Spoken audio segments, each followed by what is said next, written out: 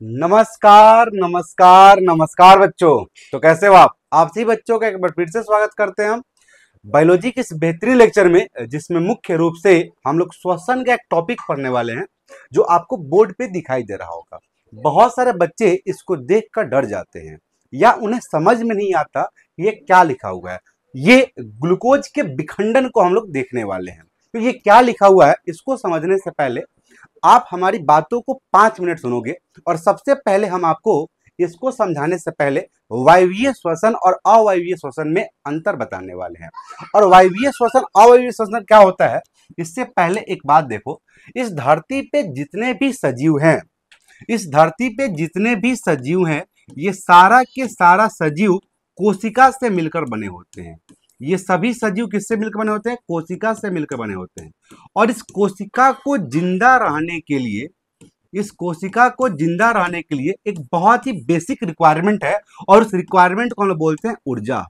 तो ऐसा नहीं है कि इस कोशिका के पास आप क्या करो, आग जला दो या फिर मोमबत्ती जला दो और ये कोशिका उससे ऊर्जा ले लेगा और जिंदा रह पाएगा। ऐसी बात नहीं है। ये कोशिका किसी भी प्रकार के ऊर्जा को यूज नहीं करता है। ये कोशिका जिस ऊर्जा को यूज करता है उस ऊर्जा को हम लोग एटीपी के नाम से जानते हैं। और ये एटीपी एक प्रकार का रसायन होता है, यह एक प्रकार का केमिकल है। इसीलिए हम लोग इस एटीपी को रासायनिक ऊर्जा के नाम से भी जानते हैं। इस एटीपी को हम लोग रासायनिक ऊर्जा के नाम से भी जानते हैं। अब ये ऊर्जा का निर्माण होता कैसे है? तो इस ऊर्जा को बनाने के लिए ये कोशिका जो भी उच्च उच्च ऊर्जा वाली या उच्च ऊर्जा स्रोत वाली जो भी कंपाउंड होता है या जो भी पदार्थ होता है उसको तोड़कर ये ऊर्जा प्राप्त करता है। अगर आपके मन में हम सभी कंफ्यूजन को दूर करें तो इसको आप रिप्लेस करते हो ग्लूकोज से। इसको आप रिप्लेस कर सकते हो ग्लूकोज से, अर्थात इस ग्लूकोज का तोड़ करके एटीपी बनाना ही एक प्रकार का श्वसन कहलाता है। अब ये श्वसन दो कंडीशन में हो सकता है, एक ऑक्सीजन की उपस्थिति में और एक हो सकता है ऑक्सीजन की अनुपस्थिति में। अब ये ऑक्सीजन की अनुपस्थिति कहने का मतलब क्या है कि आज से बहुत साल पहले कुछ धरती पे ऐसे भी जीव आए होंगे जिनके पास ऑक्सीजन नहीं हुआ होगा, या तो मजबूरी में या मजे मजे में वह ऑक्सीजन का यूज नहीं करते होंगे ऊर्जा बनाने के लिए। तो ऐसे कौन से जीव हैं इसको समझने से पहले हम लोग श्वसन के प्रकार अर्थात वायवीय श्वसन और अवायवीय श्वसन को समझते हैं। अवायवीय श्वसन कहने का मतलब है कि वैसा श्वसन जो ऑक्सीजन की अनुपस्थिति में होता है। और जब भी किसी भी ग्लूकोज का विखंडन या ग्लूकोज को तोड़कर ऊर्जा हम बनाएंगे ऑक्सीजन की उपस्थिति में, उस समय वह ग्लूकोज इनकम्प्लीट रूप से टूटेगा, अर्थात वह पूर्ण रूप से नहीं टूटेगा।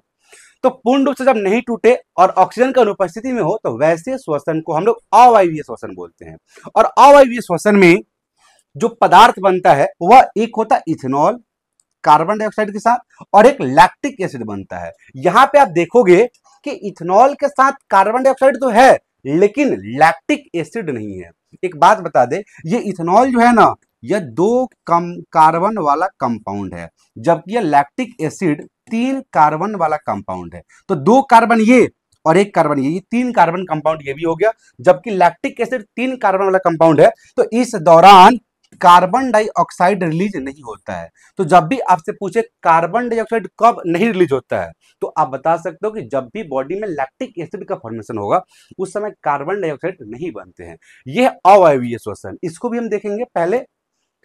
उसके बाद होता है जब भी ग्लूकोज को हम लोग तोड़ेंगे ऑक्सीजन की उपस्थिति में तो वह ग्लूकोज पूर्ण रूप से टूट जाएगा। और जब वह पूर्ण रूप से टूटेगा तो यहाँ पे किसी प्रकार के कंपाउंड नहीं, ये CO2 बनेगा, H2 बनेगा और जो ऊर्जा बनेगा इसके मॉलिक्यूल ज्यादा मात्रा में बनेंगे, 36 से 38 एटीपी के मॉलिक्यूल बनेंगे। ये होता है वायवीय श्वसन। ठीक है, अब इस अवायवीय और वायवीय में क्या अंतर है इसको देखने के बाद हम आपको लेके चलते हैं यहाँ पे। अब यहाँ पे क्या लिखा हुआ है आइए इसको आप समझ पाओगे। देखो ये ग्लूकोज, इसके पहले हम और कुछ बता देते हैं।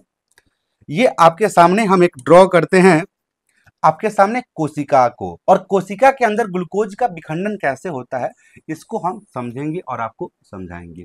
ये आपके सामने एक कोशिका हो गया और इस कोशिका के अंदर आपको मालूम है कि इस खाली स्थान में इसके साइटोप्लाज्म भरे होते हैं। ये जो आपको व्हाइट व्हाइट कलर दिखाई दे रहा है, ये इसके साइटोप्लाज्म है, अर्थात ये कोशिका द्रव है।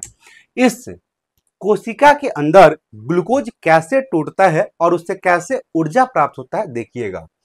इसके अंदर ये ग्लूकोज को हम लिखें, ये तो सबसे पहले इस कोशिका के अंदर ये ग्लूकोज टूटता है पायरुविक एसिड में। ये ग्लूकोज टूटता है पायरुविक एसिड में, पायरुविक एसिड में। एक और यहाँ पे कंफ्यूजन है, बहुत सारे बच्चे ये कंफ्यूज रहते हैं, कहीं भी पायरुविक एसिड लिखा होता है और कहीं पे पायरुवेट लिखा होता है, कहीं पे पायरुविक एसिड और कहीं पे पायरुवेट लिखा होता है। तो फिर ये पायरुविक एसिड और पायरुवेट में क्या अंतर है, आओ आपको हम समझाते हैं। देखो, जब भी हम लोग एसिड होता है ना, जब भी कोई एसिड होता है तो उसके लिए हम लोग डिनोट करते हैं एट से। जैसे सक्सिनिक एसिड को हम डिनोट करते हैं सक्सिनेट, मैलिक एसिड को बोलते हैं मैलेट। वैसे ही अगर ये पायरुविक एसिड है, इसी को हम लोग पायरुवेट के नाम से भी जानते हैं। तो अगर कोई पायरुविक एसिड को पायरुवेट लिखे तो आप क्लास छोड़कर भागोगे नहीं। आप समझोगे कि एट, यहां पे एक शब्द आया एट, एट मतलब ये एसिड को डिनोट कर रहा है, ठीक है।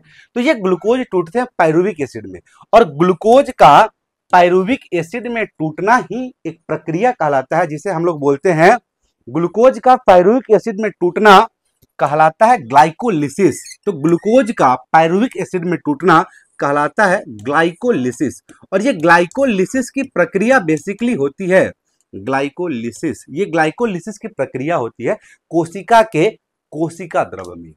ग्लाइकोलाइसिस की प्रक्रिया होती है कोशिका के कोशिका द्रव में, जिसमें ग्लूकोज, और ये ग्लूकोज में 6 कार्बन होते हैं, जबकि ये पायरुवेट में 3 कार्बन होते हैं। तो पायरुवेट ये क्वेश्चन पूछता है कि पायरुवेट कितने कार्बन वाले अणु हैं, तो पायरुवेट 3 कार्बन वाले अणु हैं, जबकि ग्लूकोज 6 कार्बन वाला अणु है। तो ये ग्लूकोज टूटता है पायरुविक एसिड में। ये सब में होगा, ये प्लांट हो या बैक्टीरिया कुछ भी हो, ये ग्लाइकोलिसिस करेंगे, क्योंकि इस ग्लाइकोलिसिस में किसी प्रकार की ऑक्सीजन की आवश्यकता नहीं होती है, ऑक्सीजन की आवश्यकता नहीं होती है। और यहां से ऊर्जा भी रिलीज होता है, यहां से क्या रिलीज होगा, ऊर्जा। और ये जो ऊर्जा बनेगा, ये 2 एटीपी के मॉलिक्यूल बनते हैं, 2 एटीपी के मॉलिक्यूल बनते हैं। एक अंदर की बात बताऊं आपको, ध्यान से सुनना। ये जो 2 एटीपी यहाँ लिखा हुआ है ना, तो यहाँ पे 2 एटीपी नहीं, यहाँ पे 4 एटीपी रिलीज होता है। तो फिर यहाँ पे हम 2 एटीपी क्यों लिखे हैं, एक बात बता रहे हैं। इस ग्लाइकोलिसिस में 2 एटीपी खर्च हो जाता है, इस ग्लाइकोलिसिस की क्रिया में 2 एटीपी खर्च हो जाते हैं, रिलीज होता है 4, 2 एटीपी खत्म। तो नेट जो एटीपी बना, वह नेट एटीपी 2 एटीपी होता है। इस बात को छोड़ो, तुम फिलहाल याद रखना 2 एटीपी रिलीज होते हैं, काम खत्म। अब ये कहां हो रहा है, साइटोप्लाज्म में। अगर इस कोशिका के पास ऑक्सीजन है तो ये पायरुविक एसिड चला जाता है, ये पायरुविक एसिड या ये पायरुवेट चला जाता है एक ऑर्गेनेल्स के पास, जिसे हम बोलते हैं माइटोकॉन्ड्रिया। और ये माइटोकॉन्ड्रिया में दोहरी झिल्ली संरचना होती है। इसका इनर मेम्ब्रेन में कुछ इस प्रकार से क्रिस्टा का फॉर्मेशन होता है। ये है हमारे पास माइटोकॉन्ड्रिया। ये माइटोकॉन्ड्रिया के अंदर ये चली जाती है। आगे जब हायर क्लास में जाओगे तो आप लिंक रिएक्शन के बारे में जानोगे, आप क्रेब्स साइकिल के बारे में जानोगे, आप ईटीएस के बारे में जानोगे। फिलहाल उसके बारे में हम नहीं बताएंगे, हम आपको बताएंगे ये इसके अंदर जाएगा और इसके अंदर इससे बनेगा पायरुविक एसिड से एटीपी बन जाएंगे, और एटीपी 36 से 38 एटीपी बन जाएंगे। ये कब होगा, ये होगा जब इस कोशिका के पास ऑक्सीजन होगा तब, ये इस कोशिका के पास ऑक्सीजन होगा तब। लेकिन कुछ ऐसे समय आता है जब हमारी कोशिका के पास ऑक्सीजन खत्म हो गए होते हैं तब। देखो, कभी आप जिम गए होगे या कभी दौड़े होगे, भागे होगे, तो फिर आप एक चीज फील किए होगे, भागते भागते आपका एनर्जी अर्थात आप ऑक्सीजन को खत्म कर दिए है। उस समय आपका बॉडी को एनर्जी चाहिए और बॉडी में ऑक्सीजन जा नहीं रहा है। उस समय वह सेल आपका ऑक्सीजन की अनुपस्थिति में ऊर्जा को बनाता है। और कौन सेल, दौड़ते समय ज्यादा मात्रा में ऊर्जा किसको चाहिए, मसल सेल को चाहिए, मांसपेशी सेल को चाहिए, पेशीय कोशिका को चाहिए। जब आप जिम में जाते हो, आपकी औकात होती है 20 केजी उठाने की, लेकिन जब भी गाना बजेगा ठुकरा के मेरा प्यार तुम इंतकाम देखेगी, तो आप उठा लेते हो 50 kg। उस समय आपके बॉडी को ज्यादा मात्रा में ऊर्जा चाहिए, लेकिन आपके बॉडी में उतना ऑक्सीजन है नहीं कि ज्यादा मात्रा में ऊर्जा प्रोड्यूस करे। उस समय आपका मसल्स सेल अवायवीय श्वसन को करता है, और जब अवायवीय श्वसन को करेगा तो उस समय आपके मांसपेशी कोशिका में लैक्टिक एसिड का फॉर्मेशन हो जाता है, और उस लैक्टिक एसिड के फॉर्मेशन से आपके मांसपेशी में दर्द होने लगता है। इसलिए जब आप जिम से आते हो उस गाना को सुनने के बाद, तो आपके हाथ पैर दर्द करने लगते हैं। आप कहीं दौड़ के आते हो तो आपके हाथ पैर दर्द करने लगते हैं। ये एक कारण है, और ये हमारा मसल सेल मजबूरी में ये काम को करता है। ये हमारा मसल सेल मजबूरी में ये काम को करता है, ये अवायवीय श्वसन के अंतर्गत आता है। एक और हमारे पास है आरबीसी, नाम सुने होंगे। ये जो आरबीसी है ना, इसके पास कोई भी ऑर्गेनेल्स होता ही नहीं है, कोई भी कोशिकांग होता ही नहीं है, इसके पास माइटोकॉन्ड्रिया होता ही नहीं है। तो जब माइटोकॉन्ड्रिया होगा नहीं तो फिर ऑक्सीजन को पचने ब्रेकडाउन होगा नहीं, तो इसके अंदर भी अवायवीय श्वसन होता है। किसके अंदर? आरबीसी के अंदर। ऐसे ही हमारे पास मसल सेल के पास होता है। और एक और बैक्टीरिया है जिसका नाम आप सुने होंगे, ईस्ट। ईस्ट अगर हम बोले तो ये एक बैक्टीरिया है नहीं। ईस्ट जो है ये बैक्टीरिया, ईस्ट एक बैक्टीरिया है नहीं, ये ईस्ट बैक्टीरिया नहीं है। तो फिर ये ईस्ट है क्या? ये ईस्ट एक प्रकार का फंगस है। ये एक प्रकार का फंगस है। फंगस अर्थात कवक है, जिसे आप फफूंदी बोल देते हो। ये एक प्रकार का यूनिसेलुलर अर्थात एक कोशिकीय फंगस है। ये मजबूरी में नहीं, ये मजे मजे में बिना ऑक्सीजन के ऊर्जा बनाता है। और जब बिना ऑक्सीजन के ऊर्जा बनेगा, तो हमने पिछले लेक्चर में ये डिस्कस किया था कि कम मात्रा में ऊर्जा का निर्माण होगा। ऊर्जा अर्थात एटीपी, और एटीपी के मॉलिक्यूल कितने होंगे? 2 एटीपी के मॉलिक्यूल होंगे। तो ये बेसिकली ग्लूकोज इस प्रकार से टूटता है। जब ग्लूकोज ऑक्सीजन को पचने में टूटेगा तो पूर्ण प्रकार से ब्रेकडाउन हो जाएगा, पूर्ण रूप से, और ऊर्जा ज्यादा मात्रा में। लेकिन जब ऑक्सीजन की अनुपस्थिति में होगा तो फिर कम मात्रा में रिलीज होगा। ठीक है, ये बात हम पढ़ लिए। ये कहाँ होता है ग्लाइकोलिसिस? ये होता है साइटोप्लाज्म के अंदर। अब इसको आओ, आप इस पे क्या लिखा हुआ है इसको देखो। यहाँ पे देखो, यहाँ पे जब आप देखोगे तो आपको दिखाई देगा ये हमारा ग्लूकोज।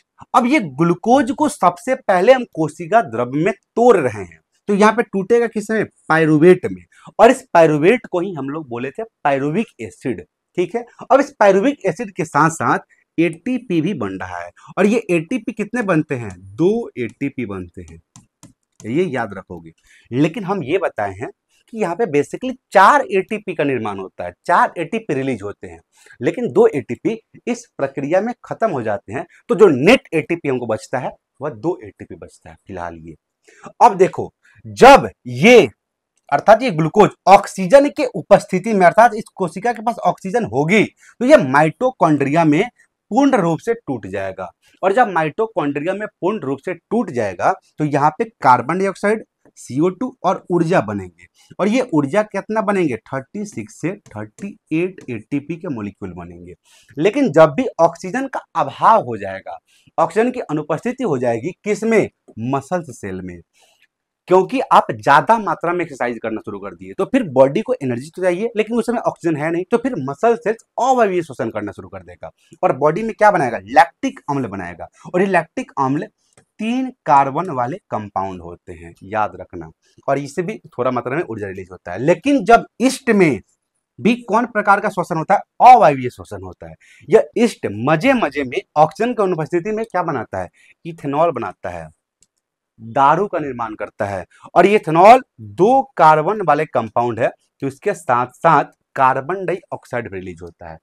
ये बात इसके माध्यम से बताया गया है कि ग्लूकोज कैसे टूटते हैं। इस प्रक्रिया को हम लोग क्या बोलते हैं? इस प्रक्रिया को ग्लाइकोलिसिस बोलते हैं।